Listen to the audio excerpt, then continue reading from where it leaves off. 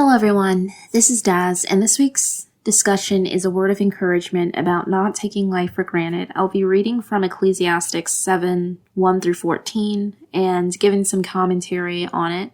I hope that you find this message uplifting, and I'd like to know your thoughts after the fact. A good name is better than fine perfume, and the day of death better than the day of birth. It is better to go to a house of mourning than to go to a house of feasting, for death is the destiny of everyone. The living should take this to heart. Frustration is better than laughter, because a sad face is good for the heart. The heart of the wise is the house of mourning, but the heart of the fools is the house of pleasure. It is better to heed the rebuke of a wise person than to listen to the song of fools. Like the crackling of thorns under the pot, so is the laughter of fools. This, too, is meaningless. Extortion turns a wise person into a fool, and a bribe corrupts the heart. The end of a matter is better than its beginning, and patience is better than pride.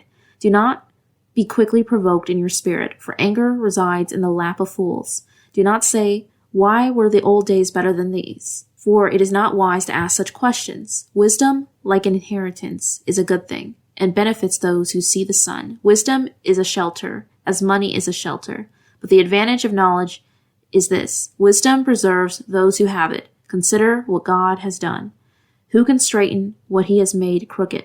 When times are good, be happy. But when times are bad, consider this: God has made the one as well as the other. Therefore, no one can discover anything about their future. So I really like this. There's some parts in it, because I know Ecclesiastes, when I read it sometimes, I think about the writer, I believe, Solomon. Some of it sounds almost depressing, but a lot of what he's saying here about the end being better than the beginning because it's completion, or even in some translations toward the end, it says that like when we're going through hard times, it's a time of searching.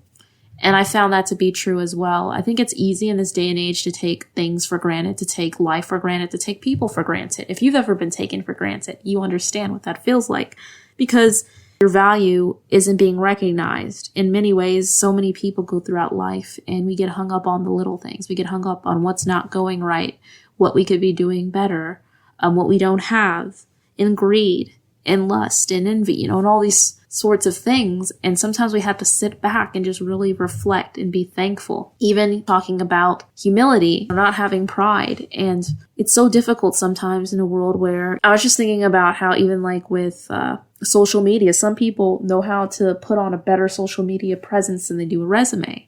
Like they know how to take the perfect pictures, how to, repost and fix the perfect image for everyone outside. But yet when it comes to writing a resume, or it comes to working on their actual relationships in real life, they're failing at that. And today everything's about image. It's about projecting something.